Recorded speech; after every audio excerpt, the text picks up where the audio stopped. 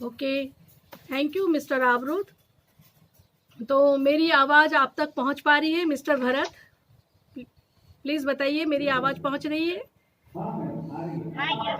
Okay, तो सबसे पहले मैं सबको आज बहुत बहुत नमस्कार देती हूँ और मेरे देश की वर्तमान पीढ़ी और भविष्य के सशक्त, मजबूत, कौशलपूर्ण नागरिक मैं आज आज़ादी के 74 वर्ष के पश्चात यानी कि 74 ईयर्स के बाद अपने राष्ट्र की भाषा, मातृभाषा, राष्ट्रभाषा, राजभाषा जो हमारे शिक्षा और दैनिक जीवन में जिसका बहुत महत्व है, उसकी और अपने देशवासियों का ध्यान आकर्षित करने के लिए आई हूँ।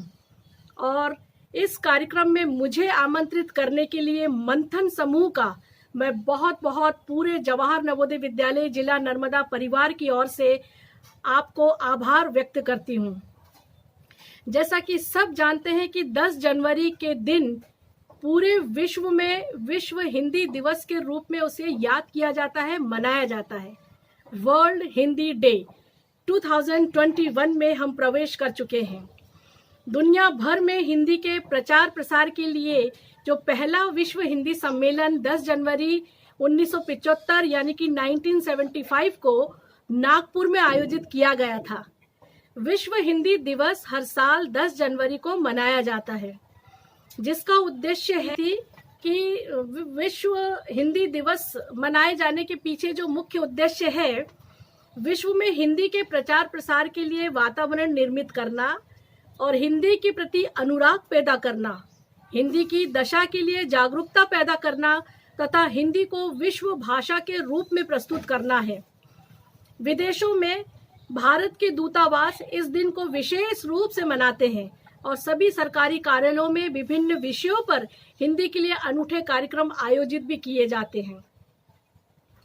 भारत के पूर्व प्रधानमंत्री श्री मनमोहन सिंह ने 10 जनवरी 2006 को प्रतिवर्ष विश्व हिंदी दिवस के रूप में मनाए जाने की उन्होंने घोषणा की थी और तब से लेकर दुनिया भर में हिंदी के चाहने वालों के लिए 10 जनवरी का दिन बेहद खास दिन होता है, क्योंकि इस दिन विश्व हिंदी दिवस के रूप में मनाया जाता है।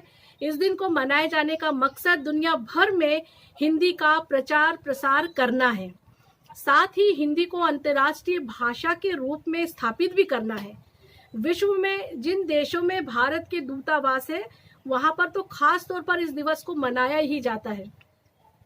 Pakistan, Nepal, Bangladesh, America, Britain, Germany, New Zealand, संयुक्त अरब अमीरात, Uganda, Guana, Suriname, Trinidad, Mauritius और साउथ अफ्रीका जैसे ऐसे कई देश हैं जहां हिंदी बोली जाती है।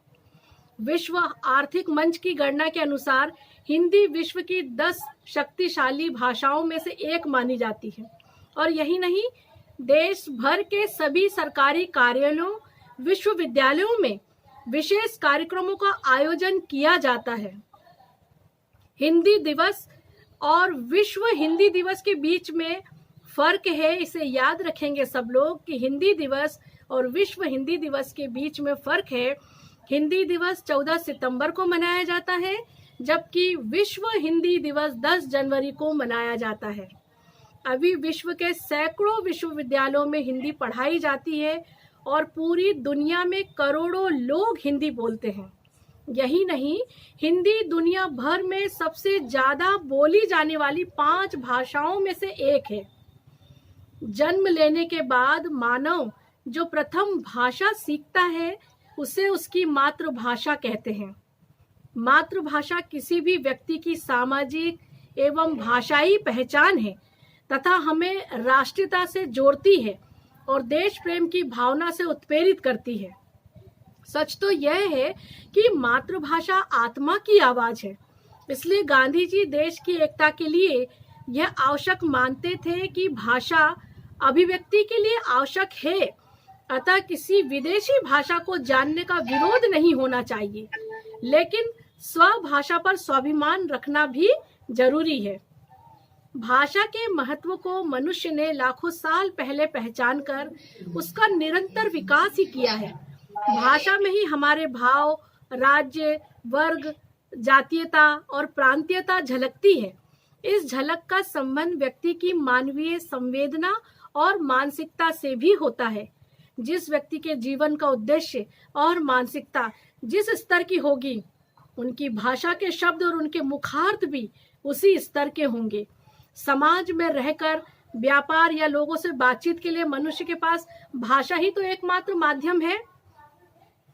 मनुष्य को सभ्य और पूर्ण बनाने के लिए शिक्षा जरूरी है और सभी प्रकार की शिक्षा का माध्यम भाषा ही है।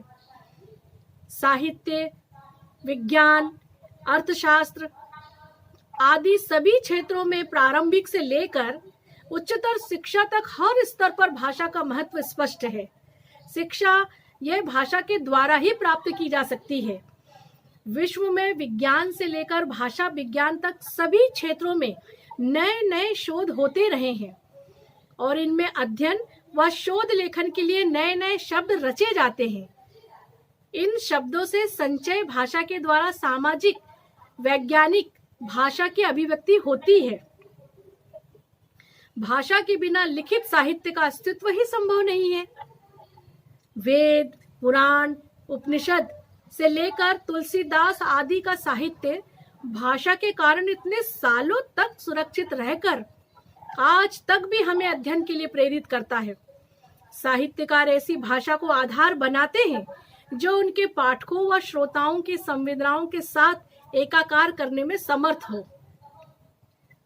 हमें अपने बच्चों को अपनी मातृभाषा के महत्व को समझाना ही होगा और हमें अपनी परंपरा का वास्तविक चित्र उन्हें दिखाना होगा। हमारी भाषा ही हमें पीढ़ियों से जोड़ती है। भाषा का सीधा संबंध संस्कार से होता है। हमारे पूर्वजों ने हमें जो संस्कार दिए हैं वही संस्कार हमारी भाषा के जरिए अगली पीढ़ियों तक जाएंगे। इसे आगे बढ़ाते रहना ही हमारा कर्तव्य है। मातृभाषा सीखने, समझने एवं ज्ञान की प्राप्ति के लिए सरल व सहज भाषा है। भारत के पूर्व राष्ट्रपति स्वर्गीय अब्दुल कलाम का मानना था कि मैं वैज्ञानिक इसलिए बन पाया क्योंकि मैंने प्राथमिक शिक्षा मातृभाषा में प्राप्त की थी तथा गणित व विज्ञान की शिक्षा भी मातृभाषा में ही ली थी। तो भारत में हम स्वाभिमान, स्वदेश एकता, अखंडता, सांस्कृतिक धरोहर एवं छुपे ज्ञान को समझकर देश की प्रगति अपनी प्रकृति के अनुसार करना चाहते हैं तो मातृभाषा को अधिमान देना ही होगा। सरकार तथा समाज को इस सत्य को समझने के लिए कार्य करने की आवश्यकता है। भाषा राष्ट्र के लिए क्यों आवश्यक है? भाषा राष्ट्र की एकता, अखंडता तथा विकास में महत्वपूर्ण भूमिका निभाती है।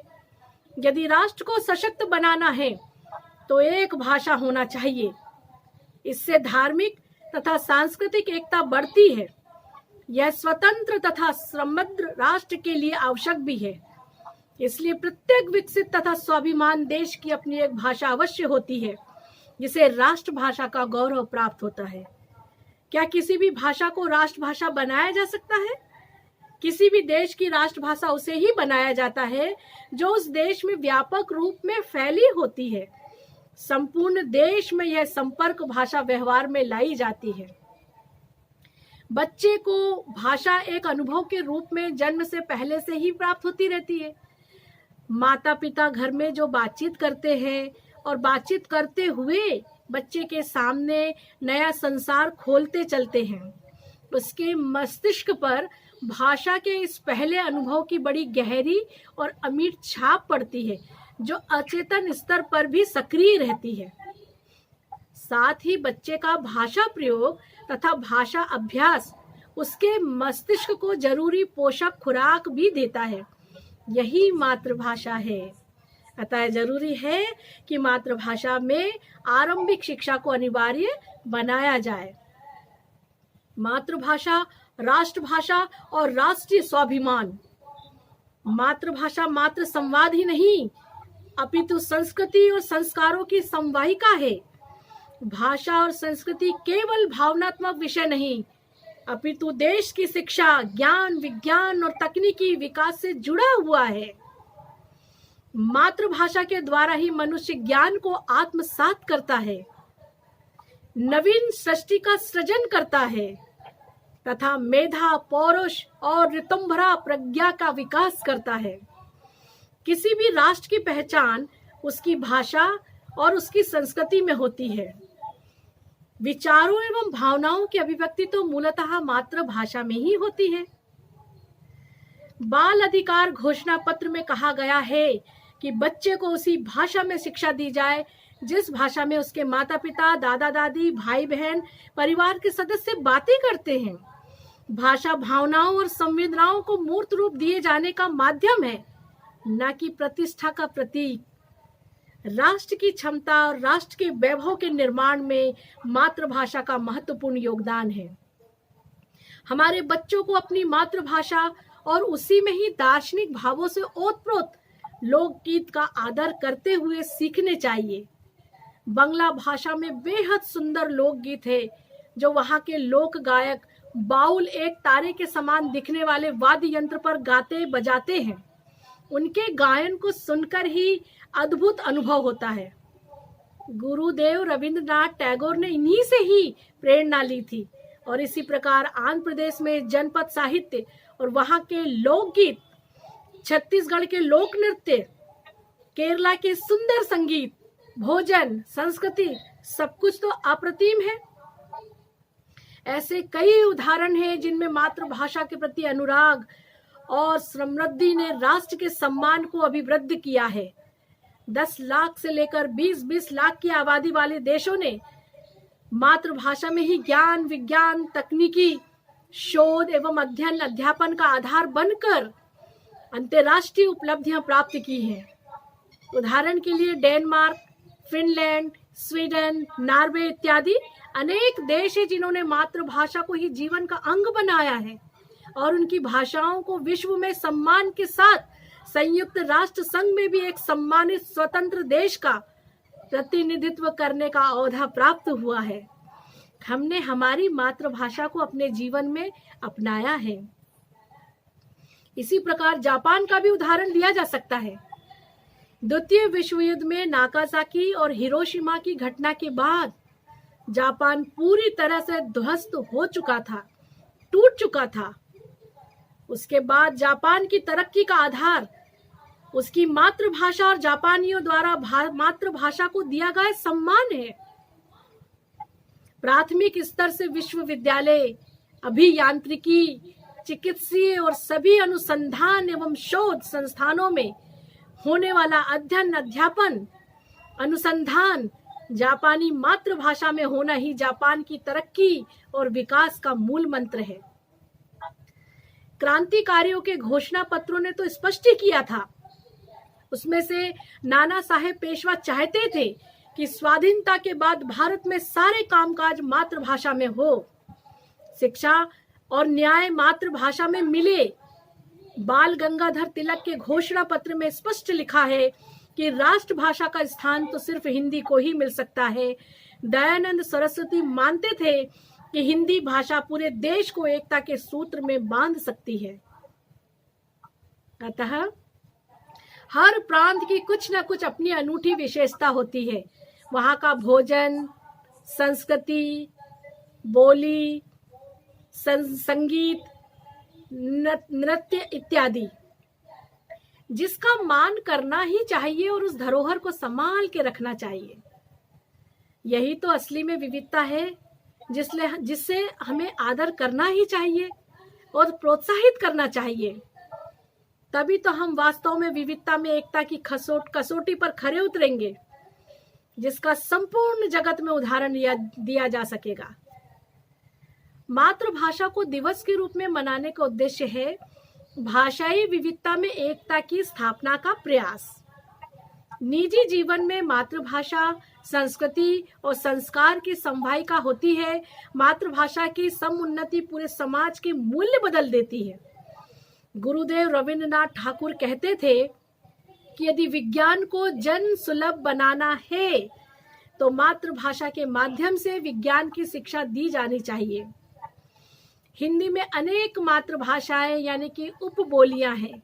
जैसे मारवाड़ी, मेवाती, मेवाड़ी, जयपुरी, अवधी, बघेली, छत्तीसगढ़ी, खड़ी बोली, ब्रज, बुंदेली, कन्नौजी, मैथिली, मगही, भोजपुरी, कुमाऊनी, गढ़वाली, पंजाबी, गुजराती, मराठी, बंगाली, तमिल, तेलुगु, कन्नड़, उर्दू आदि कई।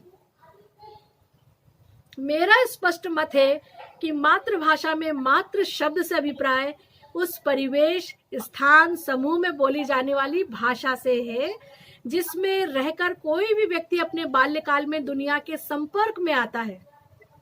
संस्कृति हमारी चिंतन का प्रतिफल होता है और वह चिंतन बिना भाषा के संभव नहीं है। हमारा समस्त चिंतन, मनन, सोच विचार भाषा के माध्यम से ही होता है।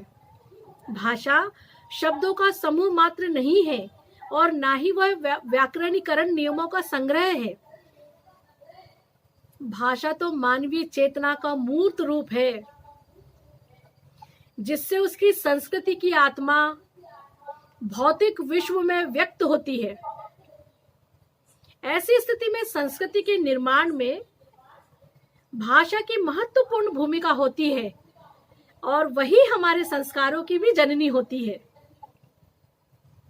हमारी नई शिक्षा नीति पर विगत कुछ महीनों से चर्चा का जो सिलसिला चल पड़ा है, उसमें भाषाओं के विकास तथा राष्ट्रीय एकीकरण में भाषाओं की भूमिका पर भी विचार विमर्श किया गया है। मातृभाषा का महत्व सर्वोपरि है। मातृभाषा आदमी के संस्कारों की आधारशिला है। मातृभाषा के बिना किसी भी देश की संस्कृति की कल्पना बेमानी है। मातृभाषा हमें राष्ट्रीयता से जोड़ती है और देश प्रेम की भावना से उत्प्रेरित करती है। मातृभाषा का प्रभाव कितनी दूर तक, कितना गहरा और कितने विस्तार तक होता है। जैसे जब देश गुलामी की दास्तां में सांसें भर रहा था, तब देश के पश्चिम के पंजाब राज्य में सिखों के 10वें गुरु गोविंद सिंह नानक द्वारा यह जयकारा सिखों को दिया गया था कि बोले सो निहाल, सत श्री अकाल। इसका अर्थ है कि जो व्यक्ति यह कहेगा कि ईश्वर ही अंतिम सत्य है, उस पर चिरकालिक ईश्वर का आशीर्वाद रहेगा और यह नारा सिखों का अभिवादन सूचक बन गया। भारत के पूर्व में पश्चिम बंगाल राज्य में विश्व विख्यात कवि, साहित्यकार, दार्शनिक और भारतीय साहित्य के नोबेल पुरस्कार विजेता गुरु रविन्द्रनाथ टैगोर ने युवाओं को प्रेरित करने हेतु गीत के माध्यम से कहा था कि जोदे तोरे डाक शुने क्यों ना आशे तो बे एकला चलो रे। महाकवि टैगोर भारतीय सांस्कृतिक चेतना में नई जान फूंकने वाले युग दृष्टा के द्वारा कही गई इन पंक्तियों ने देश के युवाओं को राष्ट्रीय आंदोलन की डोर से बांध दिया था।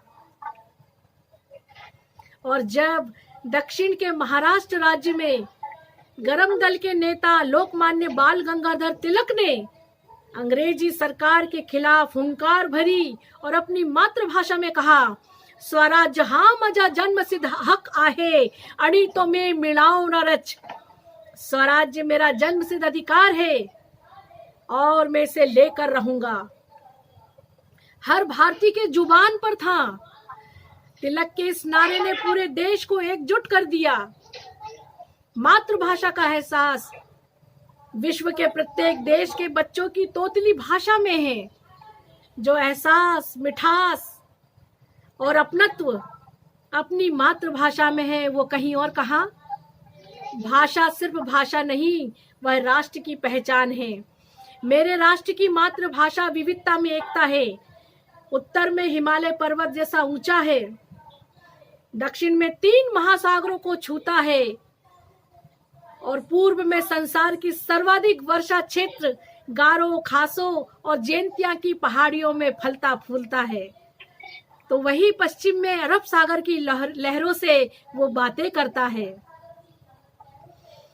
जब मध्य भारत में महाकवि दुष्यंत कुमार ने ललकारा कि हो गई है पीर पर्वत सी पिघलनी चाहिए, इस हिमालय से कोई गंगा निकलनी चाहिए। वर्तमान राजनीतिक व्यवस्था कांप गई थी, असंख्य युवा उचित लोकतंत्र के मायने समझ गई थी। संत कबीर के दोहों में प्रकृति की असीम ऊर्जा समाहित है। जब कबीर ने कहा, ऐसी बाणी बोलियो मन का आपा खोए, औरन को शीतल करे आप ही शीतल होए। मातृभाषा में बोली गई दोहों का जनमानस पर गहरा प्रभाव पड़ा। मातृभाषा आत्मा की आवाज है, सांसों की साज है, यह आंखों की लाज है। तन मन से वंदन करे निज भाषा का, यह मेरा आगाज है, यह मेरा आगाज है। जय हिंद, जय भारत। धन्यवाद।